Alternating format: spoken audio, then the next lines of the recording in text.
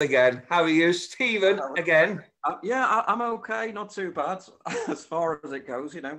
As we were saying, I think you have good and bad days, don't you? And yes, I'm just counting my blessings as well because I was saying before, I've got a lot to be thankful for.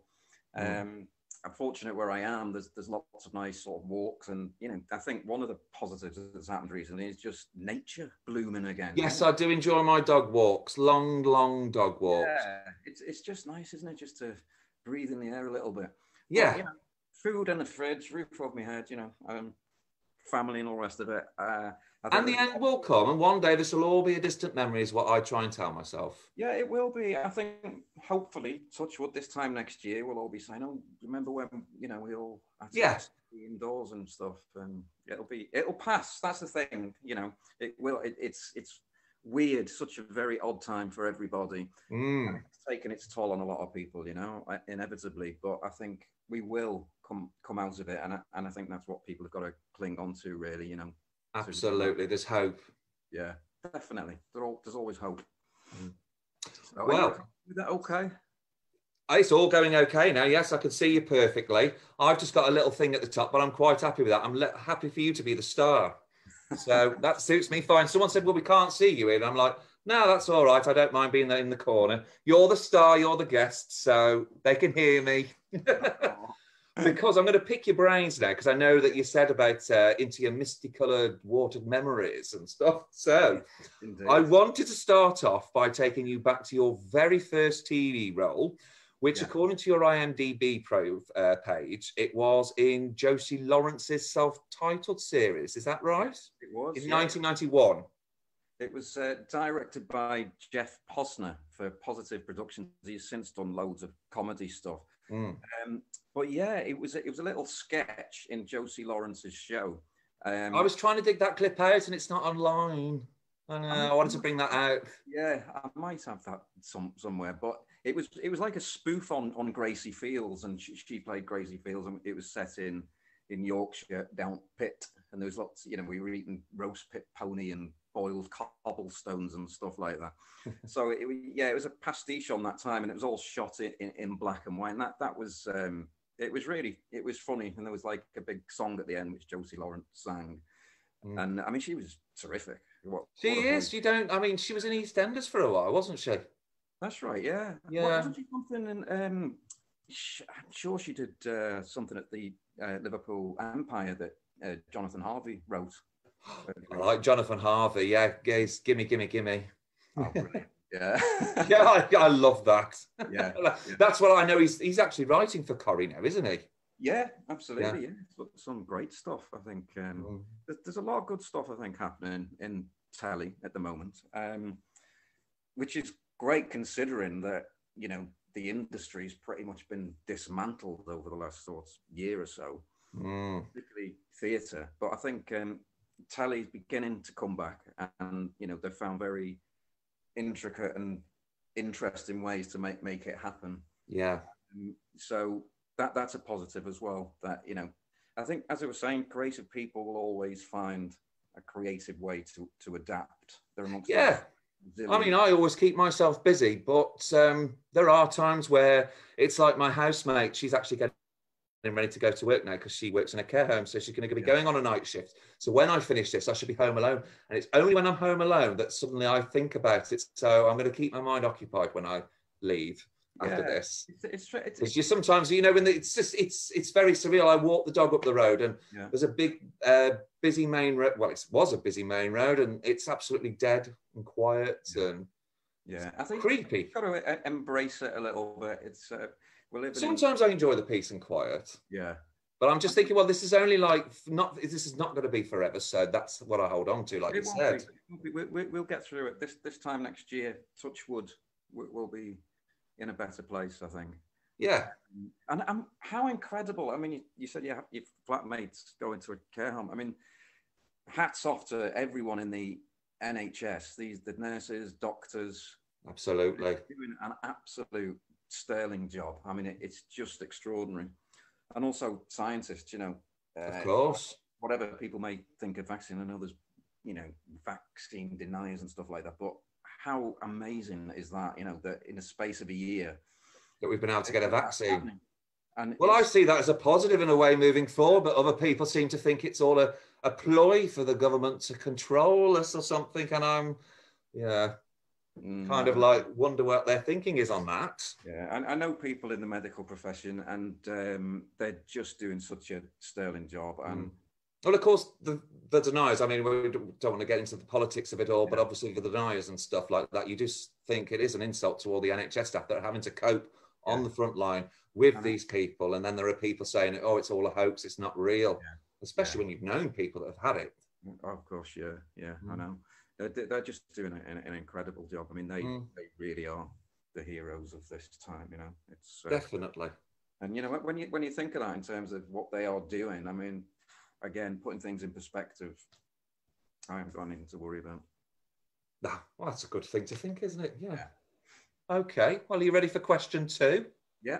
Okay. Because I know that you had quite a few more roles between obviously the Josie Lawrence series and Brookside. But I just wanted to ask you quite an obvious question. Had you actually watched Brookside before you were actually in it?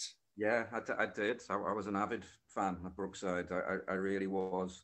I think it was it was ahead of its time in many ways, you know. I think they dealt with a lot of issues, and it was very gritty, but I think it always had that sort of humor as well. And yes, it wasn't depressing, it was gritty. It could be really hard hitting and some really heavy stories, but I'd never describe Brookside as depressing. Never was. No, not at all. I mean, it always had that light and shade. And I think testament to the brilliant writers, you know, as well. Of course. I mean, I think the crew were brilliant, the writers were brilliant, you know, and it was ahead of its time. And I was a fan. I think I actually did audition for a part. Years before the Carl Banks thing, but it was at a time when I sort of didn't have an equity card. And that was a bit of an issue at the time. But as I remember, I think it was something to do with Tracy Corkill's boyfriend, like a hairdresser in it. But I'm thinking Sean. Possibly. Did Sean McGee? Do you remember Sean McGee? Yes. Well, I think maybe that was the part originally. Jamie Henderson. Oh, no way. Yeah. No way. Oh. That was way back when. But I remember, I think it was Dorothy Andrew was casting at the time, and I was a little bit cheeky.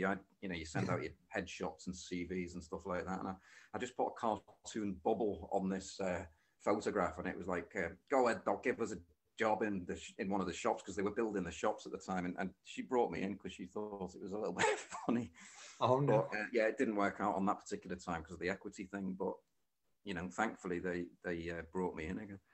As fate would have it then. So well, that's your next question actually. Can you actually recall, because this is going to have to pick your brain a bit, can you recall that very audition for Carl Banks, and if so, who did you read with? Was it with any of the cast?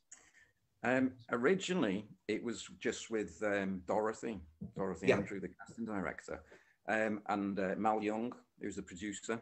Yes. And what happened after that first audition, I actually had a trip booked.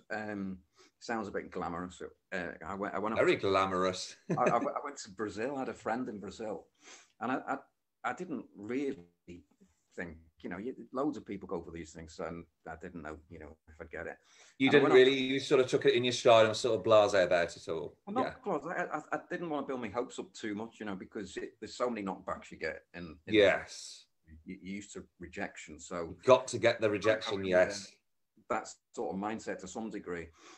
I mean, obviously I did want the gig, but so I went off to Brazil, and I think I'd been there for a few days, and I got a call from my agent saying, "You've got a recall. Can you come back?" Oh, no way! And I remember trying to alter the flights and stuff, and I went through all these different time zones, and I went from Brazil to New York, and I think there was a snowstorm at the time, and I was stuck in JFK Airport for about 10 hours. Oh wow! And I had one of the Sony Walkmans on with me at the time. For some reason, the only tape I had, the only cassette tape, was REM, and that was on a loop for 10 hours. Oh my God. And as much as Because it's not the most, I love REM, but it's not the most cheerful album, is it? But then I got this connecting flight, which went to Heathrow. Then I had to get to Euston and then get a train to Lime Street, get on a bus to Chilwell and go to this second audition. And I was so jet lagged and I just didn't even know what day it was. And at that particular point, I met Mal Young again and one of the directors. And I think they'd already got the rest of the Banks family in at that point. I know Tina Mo, she'd already been in it. And Tina Malone, yes. Yeah. And they had got Paul Broughton, who played Eddie, and Sue Twist, who was Rosie. So they'd got them in, and they were just doing like a mix and match session, really. But yeah, I ended up getting the gig. I bet you were kind of thinking, well, if I don't get this now, after all this. I know. So it's a good job you went then. That's fate for you, isn't it? Yeah. So so I do remember distinctly that day because it was just mad. Well, I can imagine, yes. And then obviously you got the part, and I bet you're over the moon. It was great. It was a baptism by fire in many ways because I'd done a couple of tellies before, but with Brookside, it was all filmed on one camera, like film. And even though, as I say, I'd done a few tellies, I'd done quite a bit of theatre, and you're used to a sort of through line. Whereas with telly, I soon realised is that there's a lot of stopping and starting. So this might seem like a really simple thing, but that very first scene where I've got a bag and I'm walking up to the path, and then I have to press the doorbell, say something or whatever. I did that, a little bit cocky, and then of course the director said, right, we're going again from a different angle. And then they set it all up, and then they went, no, you didn't have bag here. You press the doorbell on that line and stuff like that. Yeah. So there's a continuity thing. And suddenly I was thinking, what? And I was learning very, very quickly about the technicalities of it. So hats off to everyone who's been in that before, because I think to make something look natural is really quite difficult, I think. Yeah. To start with. And Brookside was very natural, wasn't it? Yeah. But that's it. The technicalities of it was a good sort of it was good groundwork, to learn all about what's going on with telly.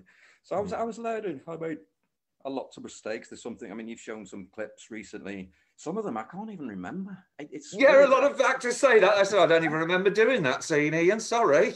I think it was Sue Jenkins who said it was like watching a different actress. Yes. Yeah. And I sort of know what she means because did I do that? I can't remember. So, but I'm my own worst critic as well. So I think there's certain things that. Well, I think all actors are, aren't they?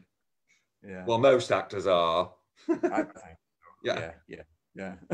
So, right, I think. I mean, I can't profess to be one of the stalwarts of Brookie.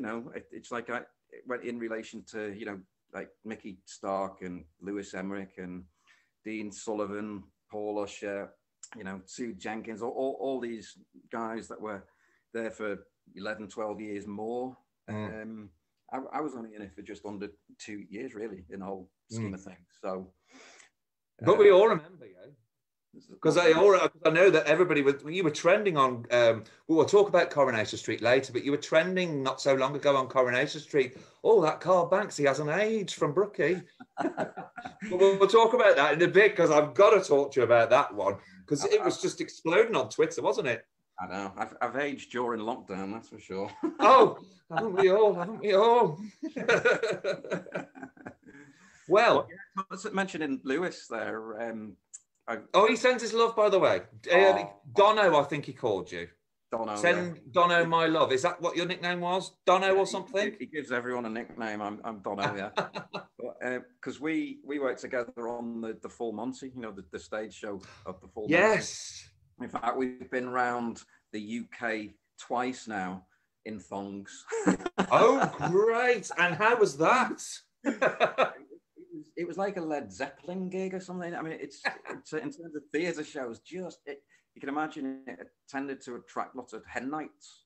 Yes. And, it just mad. I mean, the crowd just went wild. It was I mean, extraordinary. I've not seen the stage play, unfortunately, but I love the film with Robert Yeah, Carlyle. I think Gary Lucy's playing the Robert Carlyle character, isn't yeah. he? He was. Yeah. He played Gaz. I was playing lots of different parts, and in fact, I was covering for him. So there was a Oh, few times when he wasn't on that I went on for him as yeah. well, so I playing that part as well. So yeah, so I was working alongside Lewis, all those years on, Yeah. 26 years later. Yeah, yeah. So Brilliant, so eh? that was good. Yeah. Cool. Well, listen, this is question number 4 because you actually joined at quite a pivotal point in the series of Brookside because there was the whole body under the patio storyline underway. Yeah. The ratings were on fire at that time. I mean, the ratings have been bigger than ever because of that. So I can imagine that must have been exciting, or were you a little daunted by that? Well, I had a little part to play in that because it was Eddie Banks, my dad, in it, who discovered the body. Oh, I've And seen that scene quite a few times, so I remember it well. Yes, Eddie Banks and Jimmy. Oh, and your mom, Rosie. yeah, Carl's mom, we, Rosie. we started off. I think Carl and Eddie started lifting the flags at the patio, but I don't know if I've misremembered this, and someone will tell me. But the hand that appears, you see it? Yes. I think that initially it was going to be like a prosthetic hand, but they ended up burying a supporting artist. You're joking. I didn't know that. No, they never told me that on the last time we talked. I hope he got paid good money for that. But at one point, you see this hand moving, and I think one of the directors said, "No, you're supposed to be dead." Oh my God, yeah. Well, I know some people were saying, because I know obviously you get smart Alex and saying, oh, well, the body would have decomposed being under there for 2 years. Well, of course, but obviously it was before the watershed, wasn't it? So it couldn't be too gruesome. Yeah. But it was like when Sandra, Mandy actually killed Trevor Jordache. You didn't see her stick the knife in or anything. And when she dropped the knife, there was no blood. And I just thought the power was obviously in the acting for those scenes. Well, it's the suggestion of it as well. Yes, the suggestion. It was like some sort of macabre journey. And I remember Sandra Maitland saying she went on, when she did that scene, she sort of went on some macabre journey in her mind. Yeah. To get into the part. She was really good in that, I think. Well, that was one of your first scenes, wasn't it? Your first scene was with Sandra Maitland, wasn't it? Oh, that's right, yeah. Yeah, Sandra Maitland, and then Margaret, Nicola Stevenson comes and catches your eye. Yeah. Well, that's the thing. It was a bit of a Jack the Lad, I think, to start with. It was quite odd because, Carl was supposed to come out of the army. He'd gone AWOL. Yes. I remember saying to Malian, because I had this loads of big quiff going on and stuff. James Dean, but it was cool at the time. All the girls, I can say all the girls, I know they used to fancy. Have you seen that, Carl? But I remember the girls used to fancy her, yes. Well, I remember saying to Mal Young, shall I get this cut? And he said, oh, no, we like it like that. So we had a joke, that I was the only fella to come out the army with a boof on. Yeah, but I think it was it made him look like more of a bad lad, I think. Yeah. Because he was quite cocky as well, wasn't he? Quite cocksure. I think... I think it was John Folkard, who was one of the floor managers, who now works on Corrie. He actually said, "You do realise that people are going to hate the Banks family." And they came in with quite a bit of mystery, didn't they? Because there was a son who was the joyrider. What was your brother's name again? Lee. Yeah, Lee. What's the actor's name? Played by Matthew Looney, who I'm still in contact with. Actually, we've got the same agents.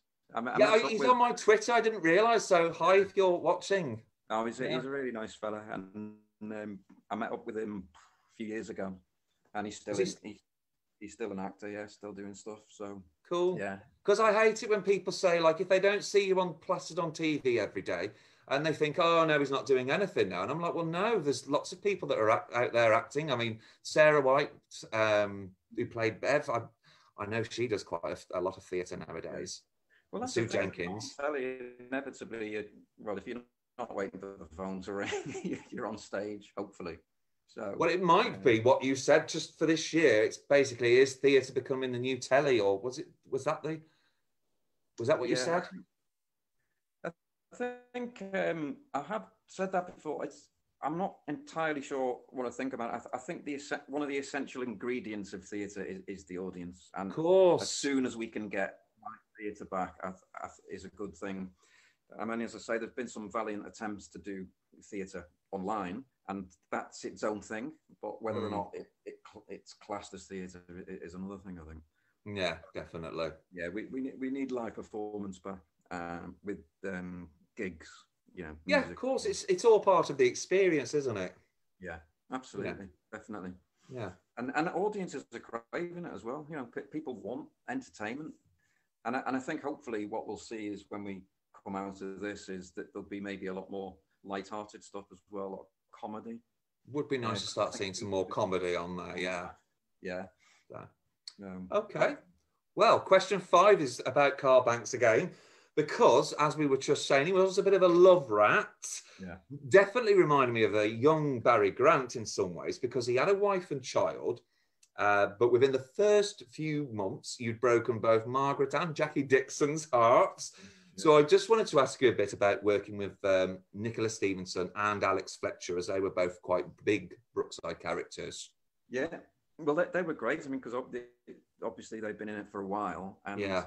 Well, I have to say that going into that situation, and because, as I say, I'd only done a few bits of telly before, I was probably very self-conscious, very nervous, and I think Nicola was so natural and so chilled out, and I think to actually be working alongside her, she was very, very supportive, and that naturalism was a lesson as well for me to try and tone it down a little bit, I think.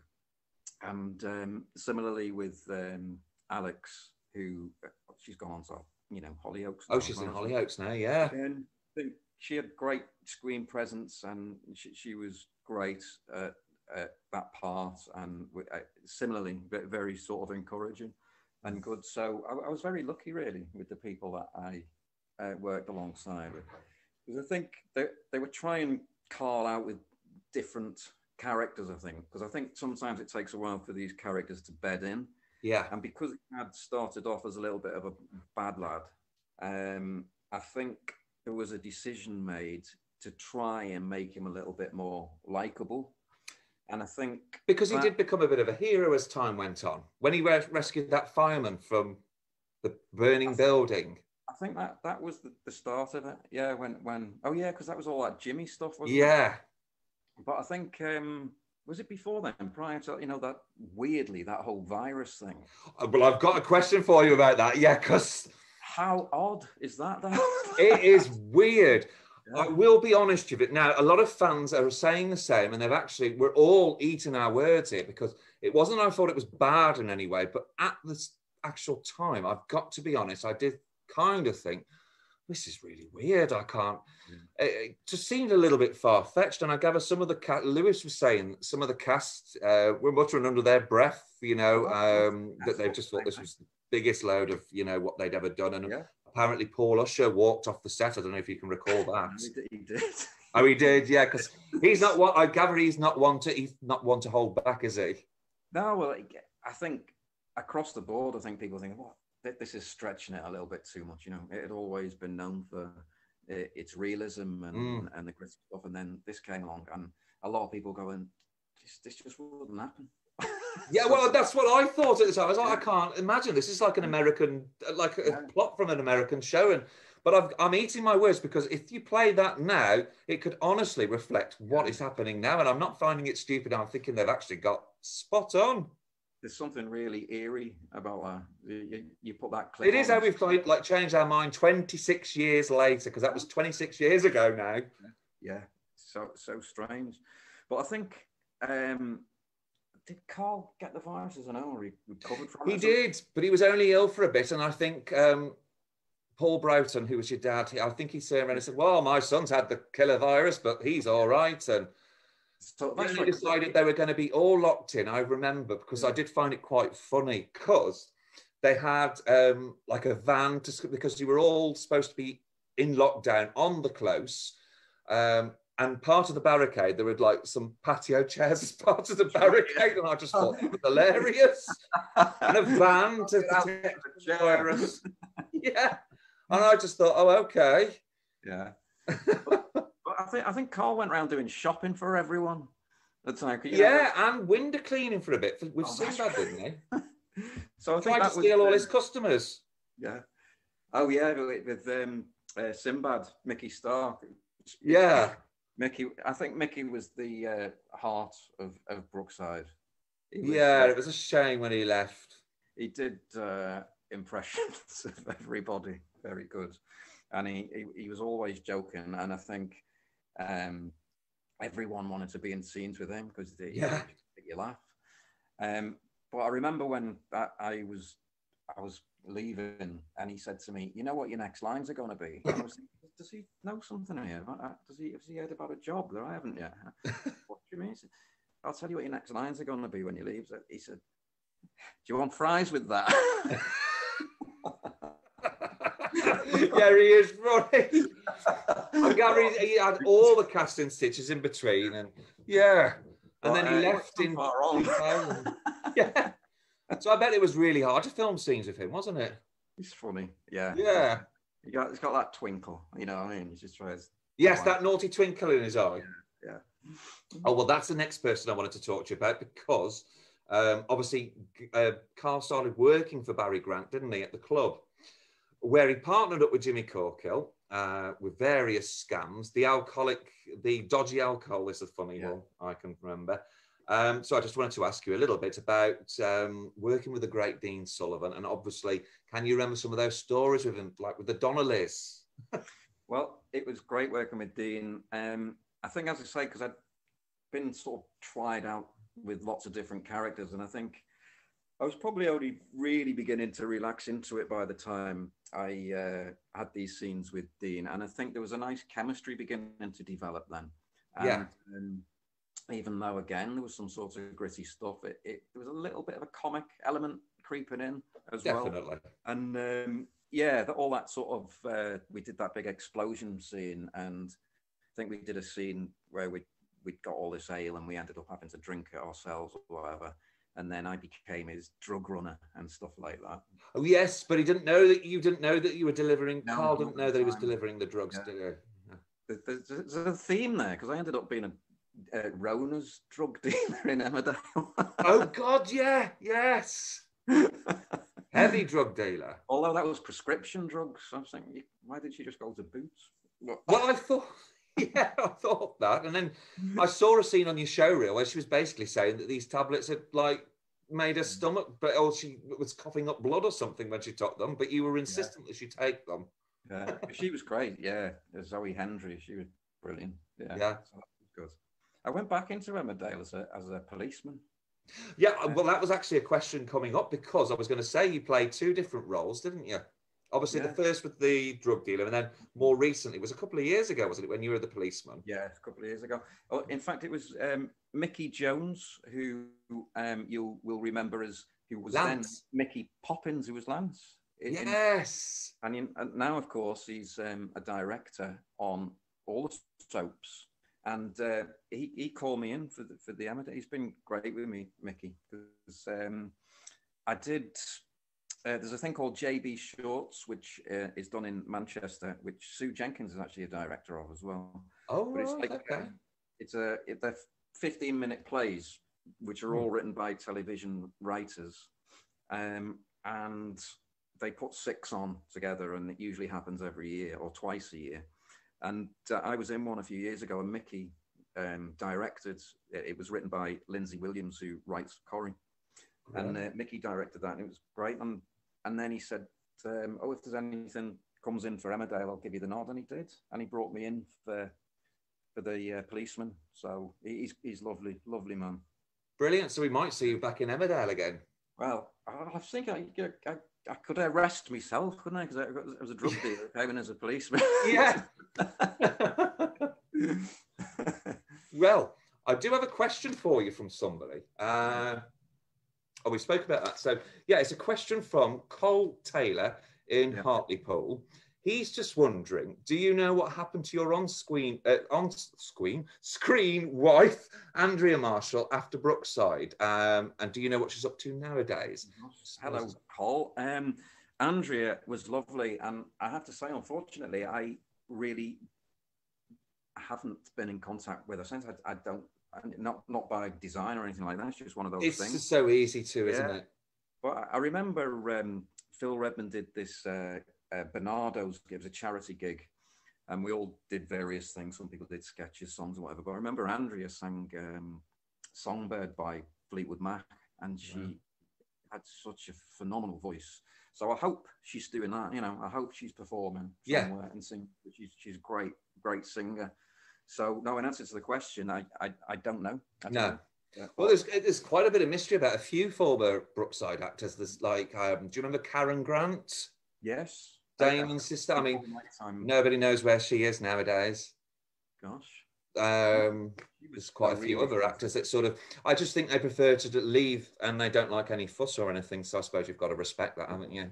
Yeah, maybe. Yeah. I mean, it's a bit of mystery. Where are they now? You know, because you always have these "Where are they now" articles, but I'd love to know what the likes of Karen Grant are up to now and stuff. But I gather she's left the industry now. Okay.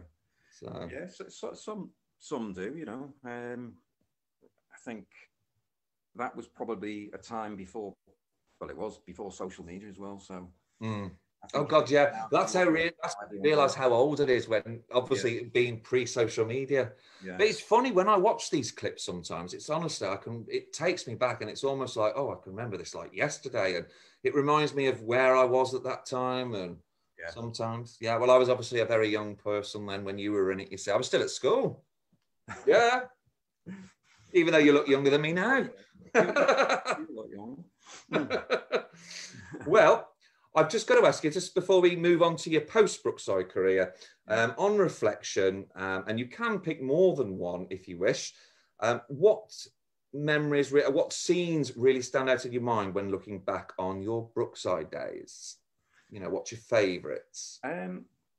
They did devote an entire episode very early on to the Banks family, so that the whole episode was the Banks family. And again, it was one of those where there was quite a lot of drama, but there was some humour in it as well. And I always remember they had Tina Malone, Mo. Oh, she's hilarious. Yeah. What was it? She was in the Banks' bathroom, and I think she'd made it into a sauna, but she was wrapped in a big bin bag. And for some reason, she had to climb out of the window, and she ended up on a harness. Oh dear. on the side of the house. And I just remember hanging off the side of this house going, "You better give me more frigging episodes for this, you know." So that one was a memory. Well, I can remember Mo threatening to break Carl's legs if he kept cheating, and he did. Yeah, but she never broke his legs. I used to drive Tina in to Chilwell where it was filmed, and some people may know, you know, Jimmy's dog Cracker is that. Yes. Yes. I used to drive Tina and Cracker in to Chilwell. Oh, no way. And I remember Tina saying to me, because this was early on, she said, "You do realise you're going to start getting recognised, you know?" And I was going, "Oh, yeah." And she said, "No, you will." And there was one time we were driving, we stopped at these traffic lights, and she said, "Look," and there was someone in the next car, and they were pointing, going, "Look." It's Carl off Brookie. And we wound the window down, and this fella said, "It's Cracker." So you were disappointed, though? Yeah, it wasn't us. Well, how did you? That's an interesting point, actually. How did you find coping with the fame side of things? I mean, I imagine that you did get recognised a lot in the street. It's really mad. I mean, at that time, it was massive, you know. Mm-hmm. And yeah, it was odd. And I think because Carl had been a bit of a bad lad as well, sometimes people had come up and maybe, you know, want to have a go or something, or, you know. Oh, you mean lads? Yeah. Thinking, oh, he thinks, thinking it's real. Yeah, or thinking you were like that or whatever. And I think sometimes people are probably disappointed that, you know, I wasn't. Do you think that's what some people, they approach the actors and wanting them to be like the characters they're portrayed, don't they? I there's an element of that, I think, yeah. But yeah, it's so weird that whole thing, because there's a process, you know, you realise people have clocked you or whatever, and then suddenly it's just ridiculous. I mean, I think Tina Sue Twist and myself went to London for some interview one time, and we literally got mobbed. Absolute madness. I can Really imagine. was. Well, it was at the height of Brookside, wasn't it? The ratings were huge when you were in it. Now, of course, it's Susie. Oh no, no! Everybody remembered you in Corrie. It was like, what's Carl Banks doing as Tyrone's dad? I know that Tyrone's dad, stroke brother. Who is? Oh yeah, he didn't turn out to be the dad in the end, did he? No, I think because I mean I'm well aware of some of the feedback that happened. Well, I was going. Okay, well, we'll talk about that now because that doesn't really matter what order we go in. I mean, I saw it. I remember thinking, God, I bet he must be loving this. Everybody's saying like, oh, he hasn't aged. He looks exactly like he did in Brookside. And I thought, oh God, I'd love it if people were telling me I look younger than I was. I mean, did that annoy you? Did you sort of feel like people are focusing more on that than rather than the performance? Again, it's social media, isn't it? Yeah. It's the thing is, I remember auditioning for that, and that actually came up as an issue because they'd actually said we think you might possibly look a little too young for this part, and so I didn't. There's another one I didn't think I was going to get it, but then they came back and they said no, they liked the reading and we want to go with it. Yeah, because I don't think nobody was criticising your performance, were they? They were just basically laughing, saying, "Oh God, he looks too young." Yeah, I think because the reveal at the end was that it wasn't his dad. I don't know. That might have balanced it out a bit as well, so it made it a bit more. But yeah, it was interesting casting choice, I think. Well, I must ask you because obviously I am old enough to be his dad, But... Yeah, I know, but you don't look it. That's what's because I've got to say I don't want to dwell on the age thing. But what I had a real shock was when I read your age, obviously because I was curious when you did Corrie, and then I thought to myself, so you were actually that very first episode. To me, this is because I'm getting older, but you look so baby-faced and like I believe that you were 18 or something, but you were actually 28 when you did that Brookside, weren't you? Yeah, 27, 28, I think. Yeah. Yeah, but you were obviously playing a much younger character because you looked a lot younger than that. Yeah, I think it's an odd one in that sense because I think every actor on the CV or whatever will have it like not necessarily their real age, but a playing age. Yeah. So it's an odd one because it's difficult to know where to pitch that in terms of I might not necessarily go for mid-50s roles or whatever. I saw in your Spotlight profile, because you normally generally play characters a lot younger than yourself anyway, don't you, in general? Generally, yeah, I think I probably do. I don't know, as I say, lock down of age considerably. So I did it all, yeah, I know. I mean, I woke up this morning, I thought, oh God, I'm supposed to be doing this tonight. And I thought, oh God, I swear it really is. But I had a walk and I seemed to look better afterwards. Because I just wanted to obviously... Oh, yeah, can I just ask you one last question about Brookside? Yeah. I just wanted to get this in. Were you happy with your leaving storyline? Because I can't remember how Carl... I tried to find your final episodes and they weren't online, as luck would have it. So how did Carl end up? Didn't they move away or something? Or did he get back with his wife? I ended up going to Dubai to set up a club, because I think at one point I was running La Luth, and Barry Grant, I think, had gone off to Dubai, and the idea was that I was going off to Dubai to help him set up a club, but the actual exit was me on a National Express coach. Oh God, waving goodbye. All the way to Dubai. Yeah, to be with Barry Grant, because I just thought, well, that's just perfect, because he did remind me of a young Barry Grant. Yeah. Or he wasn't as gangster as Barry, he wasn't as violent as Barry, but it was the love rap thing, the cheating and going from girl to girl around the close, which was what Barry used to do in his younger days. Right, Paul. I never actually did any scene with Paul, but I met him a few times and he was great. Another stalwart. Obviously. Oh, well, I love Paul Usher as Barry Grant, and I got it mixed up because I kept thinking back. No, I remember Carl being with Barry Grant, being in cahoots with Barry Grant. Well, I completely got it mixed up. It was you and Jimmy Corker that used to do quite a lot of scenes together, but it was Barry's club. That's where the confusion was. It all came back to me once I started watching it again. Yeah, those scenes, I think most of the scenes I did towards the end were all with Dean. So going back to a previous question, I think they were probably amongst some of my favourite ones. I think. Yeah. Because I remember that scene, like I said, with the fire and you rescuing the fireman. That was I remember that at the time. As soon as I saw it, I was like, oh yeah, I can remember watching this. And it was a big story at the time, wasn't it? So yeah, the pyrotechnics and everything, and what the crew did, it was, you know, amazing. It was. It still looks really good now. 26 years later, it still looks, you know. Yeah.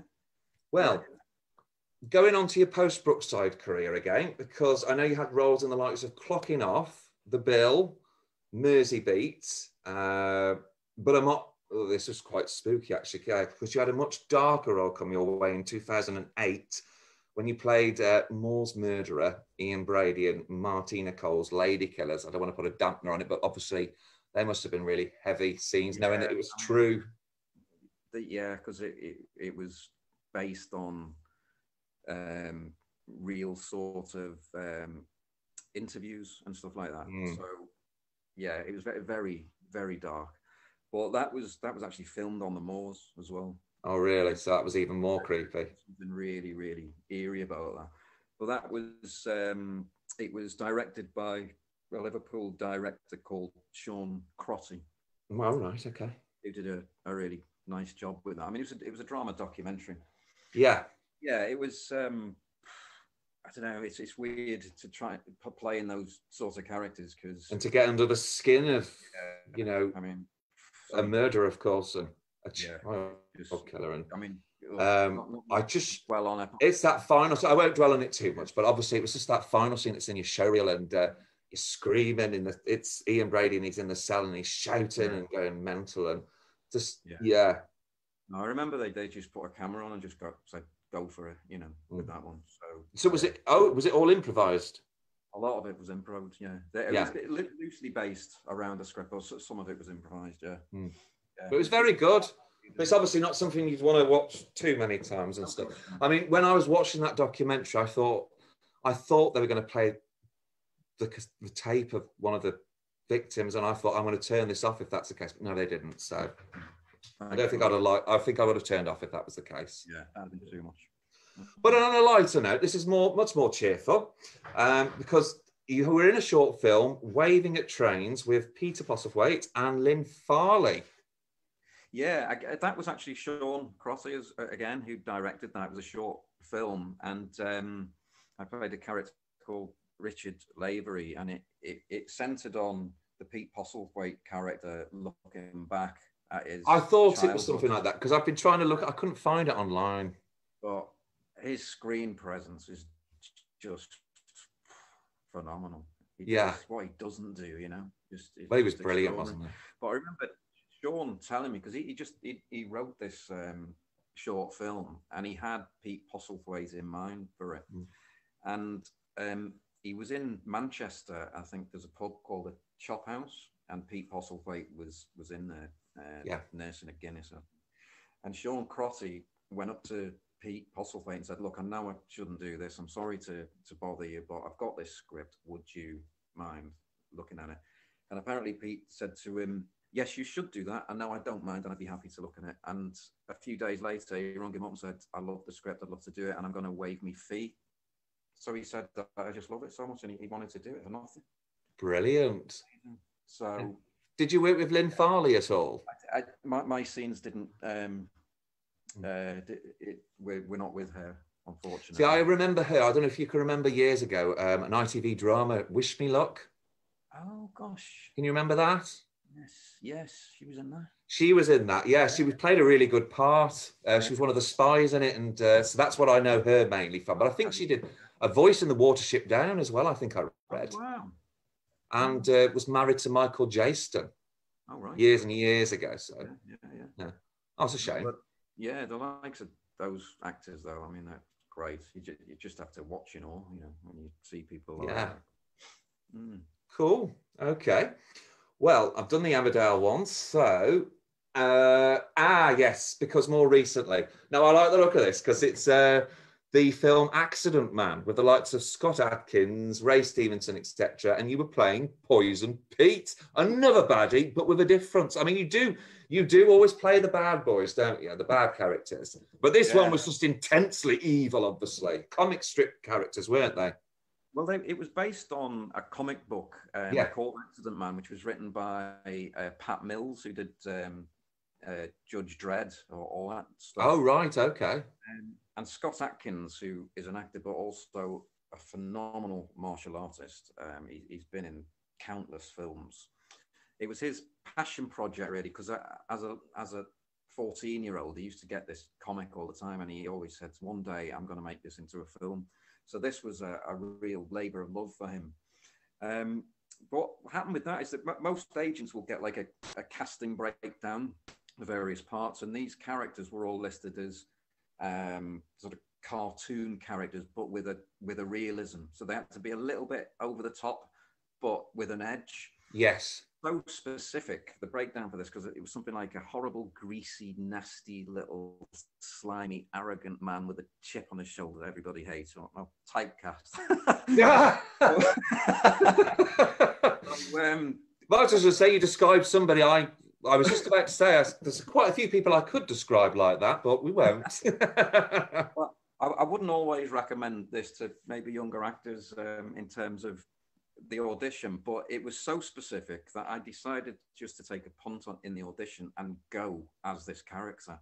Now, usually you would go as yourself, but I just thought it was so specific that I'm just going to have to roll the dice. And then I remember just going in there, and I think it was Jesse Johnson, who was the director, just going, "You've given me nightmares." He does look scary. And I found out later on, when I found out I'd actually got the part, because I rang the agents up because I thought it had gone quite well. And I said, "Can you just find out what's going on?" And she said, "You're penciled." They use this phrase a lot in this industry. You're penciled.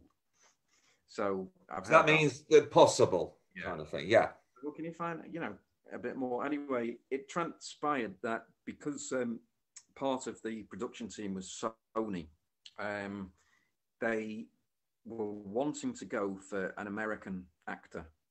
And also because a lot of the other assassins in it were quite well known. There was Ray Park, who was obviously Darth Maul in Star Wars.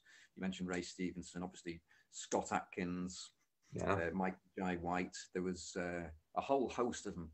And they were a gang of assassins. So they were all fairly well known. And I think the American contingent wanted an American and someone possibly a little bit more well known.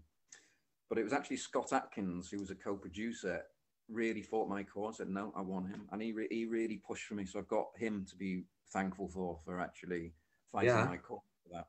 So I ended up getting the gig, and it was really good fun. It's really well, because I looked up on it as well. It's really highly rated on. I'm a bit of a nerd like this. Have you heard of Rotten Tomatoes, the movie site? Yeah, it's like got a 83% score, which is really, really good. It's really rated highly on IMDb as well. I don't know if you've checked these things out. I think because, as I say, it was such a passion project for Scott Adkins, he put a lot of love into it, and that shows. And I think all the different characters, they were sort of highly skilled martial artists, which was, and then the character I played, I was Poison Pete, so all these guys were like knocking shades out of each other, and I was the one who just went around poisoning people. Yeah. But I ended up having a fight with Scott Adkins on it, and he was showing me a few sort of moves and stuff like that. So I did actually get to do some of that stuff. Oh, I think it's on your show reel, isn't it?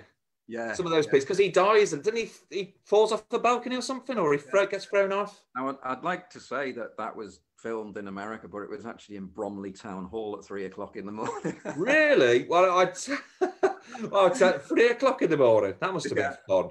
No, it looks very realistic. Yeah, he had to kick me off this balcony, and then so I mean, there's talk of an Accident Man 2. I was just about to say, I've read about the sequel, so I mean, are you going to be in that? I know Poison Pete died at the end, but well, he could always have a brother. Yeah, a twin brother.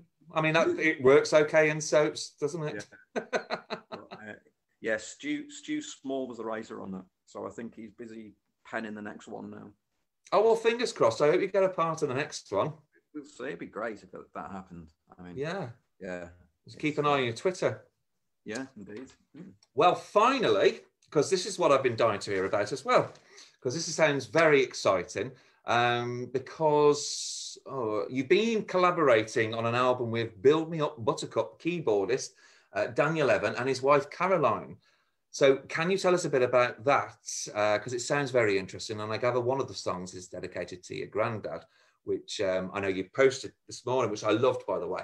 Oh, thank you. Yeah. Well, a few years ago, I was involved in the development of a musical, which David Stevens, who was the keyboard player for the Foundations, and has worked with everyone, and his wife Caroline Stevens, who's a session singer and a singer in her own right, but she's worked on many well-known albums with many lots of singers. Dolly Parton being one of them, I think, if I read your article right. Yeah, the Bee Gees. Wow. I mean, so all the A-listers. The who's who of the industry, in fact. Yeah. So that was a musical in development, and they'd actually written some of the songs for it, and I sang one at the time, and they sort of liked it and said, oh, well, when we get a chance, we'll record that. Then they moved off to Spain. I was like, oh, yeah, it'd be good to go to Spain at some point. And then when we got in contact again, they'd moved to Manchester. Oh God! And so I didn't go to Spain, but I got a trip to Manchester. Oh wow! I bet that was fun. And we recorded that particular song. Now, during the whole, I mean, I've always written songs, when 14, 15, and I've been in various bands or whatever. So I've got demos knocking around and stuff like that. During lockdown, I sort of revisited some of these songs, and good for you. In the acoustic, or they're just demos. Some of them I've got melodies for, but just never really got around to doing anything. So during the whole lockdown thing, I sort of revisited them, and I was thinking some of these could still work. And I contacted David again, said, would you have a look at some of these? And he said, yeah. And one of the ones I picked up was this one that I'd actually written in the mid-90s, which was a song for Joe, for my granddad. I was, wow. He was such an inspirational man, I have to say. My granddad, he was always very supportive and encouraging to me. I don't come from a family that are in the industry at all. The nearest was that my granddad, he used to run an amateur dramatics in Hunt's Cross, which is in South Liverpool, with a lady called Audrey Sadler.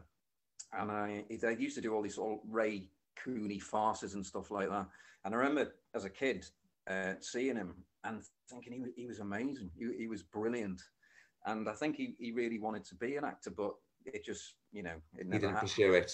And so when, I said I was interested in that, he was incredibly supportive, and always was. Very, very inspirational and wise man.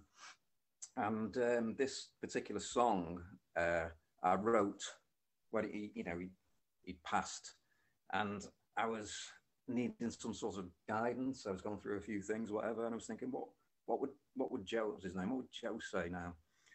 And I just started writing this song, and I thought, okay. And I found this song again. And I had recorded it just as an acoustic song. But when I listened, I thought it could do with a bigger sound, really. So this was the start of the musical journey, really. And I gave it to David, and I'd sent him just the melody with the basic stuff, and gave him an idea of what I wanted. And he came back with this arrangement. I thought, that's just extraordinary. Yeah. So prior to lockdown, I was able to go up to his studio, and we kicked it around. So it's a demo standard. I mean, it's still in the works, is it? Yeah, because obviously with everything going on at the moment, it's sort of put. Yeah.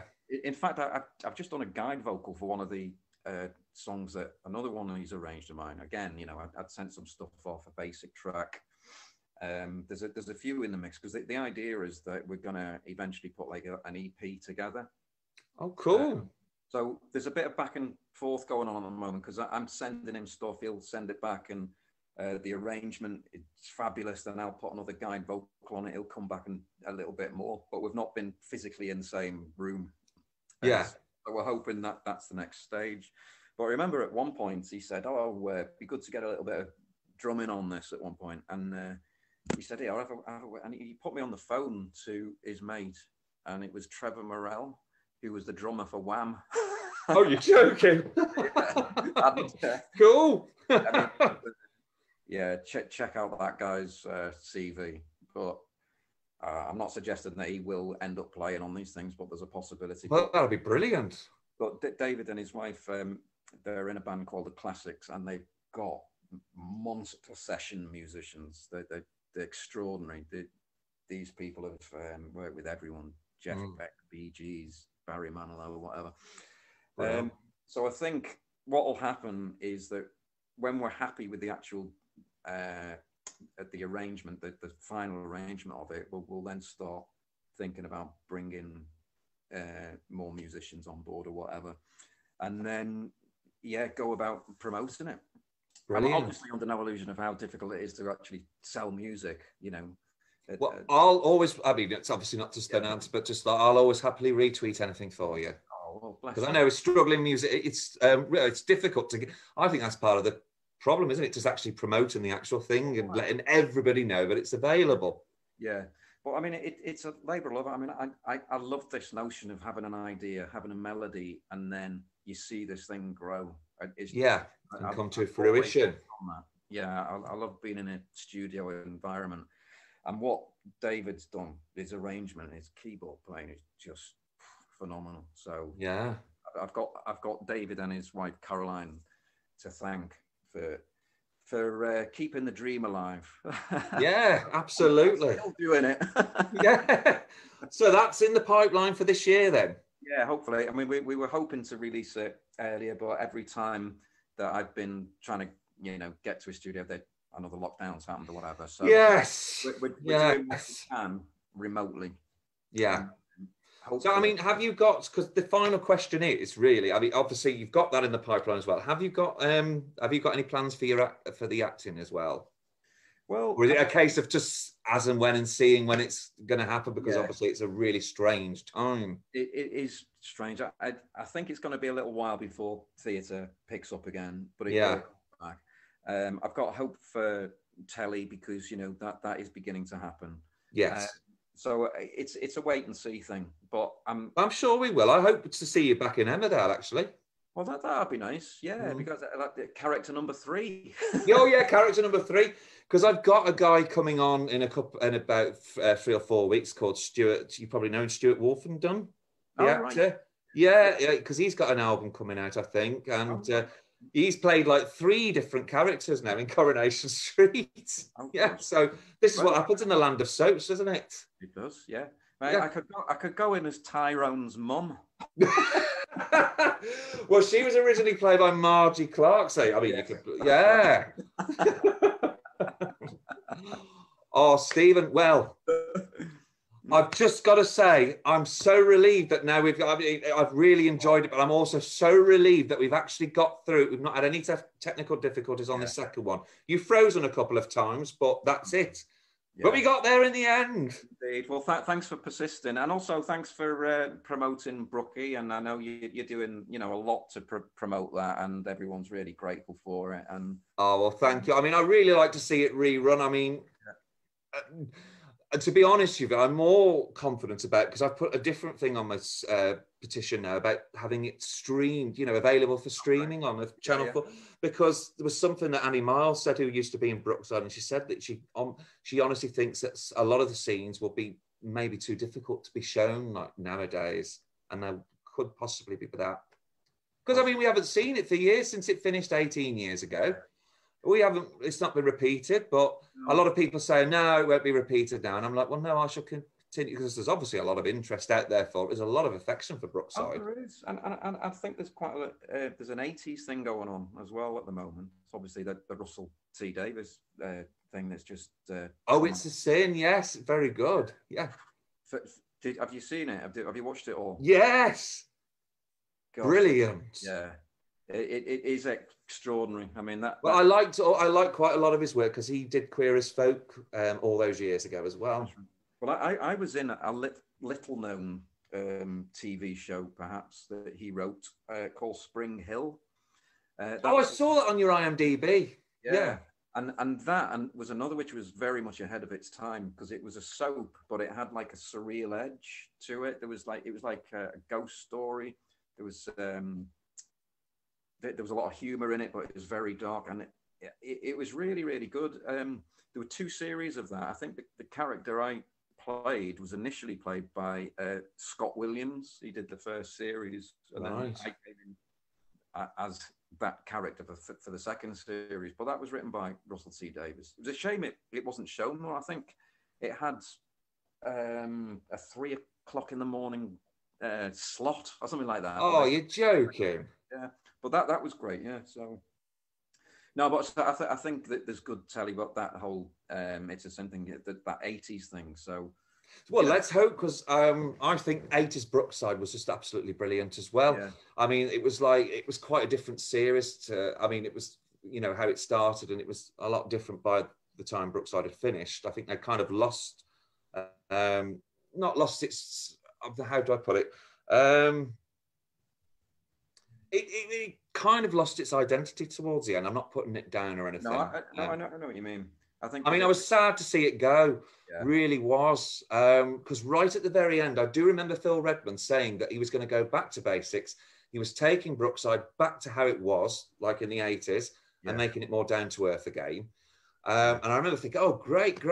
I'm looking forward to it. And then they pulled the plug on it, and I just thought that was really lousy timing on Channel 4's part. Yeah, no, it was a shame. I mean, maybe he'll write something else, you know, or produce something else, and you know, something similar could be that. I mean, what's your personal? Just before I let go, because I haven't asked you this actually. What do you think about it coming back? Because I actually started the petition originally to bring it back because Cold Feet came back, and I had this silly idea that I thought, oh, Brookside could come back now. It's picked up where it's left off. I've changed my mind, and that's when I went for the reruns. What do you think about that? I think it was maybe of its time, and sometimes maybe it's best left in the memory of how good it was. Definitely.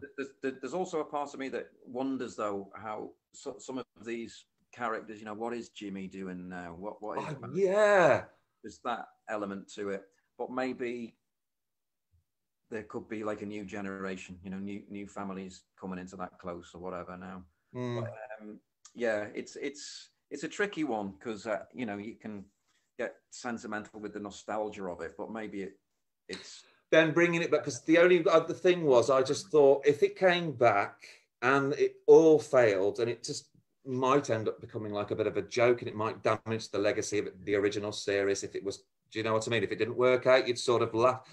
Crossroads was not the most, it wasn't really taken very seriously in the first place, but I know when they brought that back, it went on for a couple of years, and then it was like a bit of a disaster in the end, wasn't it? Yeah. I think if they had, you know, the same team of writers again, it would be good. I mean, that was the thing about it, you know, all the crew and all the writers and all the directors, and you know, that the whole thing. It was a place in time, and you know, it all came together, and there was a lot of ability and a lot of talent, you know, and maybe that was just the look of the time. I don't know. So I mean, it would be nice to see something kind of similar with Liverpool actors and stuff, because I'd like to see something like that. That's what Lewis Henrik was suggesting anyway, that they do something kind of a little bit similar to Brookside, but maybe not just bring it back as Brookside. Yeah. And maybe you could have one or two of the old characters maybe just making an appearance or whatever, you know. Oh, do you know, I'd love that, because that's another idea. Well, it wasn't a silly idea because you've just mentioned it as well. So, I mean, the idea was, after I decided not to want to bring it back, I thought, oh, these specials would be great, like catching up with Jimmy, catching up with Barry, what they're doing, you know, where are they now and stuff. But I did get told by somebody who used to work in Phil Redmond's company, just basically said it was a great idea, but it was more a financial reason why it probably wouldn't happen now. Yeah. So it's a shame. Never say never, though, maybe. I always say never say never. Don't get me wrong, because I say all of this. Now, if it suddenly came back on the news, Brookside's coming back tomorrow, I'd be very excited. Yeah. I know that doesn't make sense, but I would be. Yeah, I think a lot of people would. I think there'd be an appetite for it. Definitely. But I'd rather stick to the reruns. I believe more in that. And it's a bit more of a realistic goal, isn't it? Exactly. Yeah. Yeah.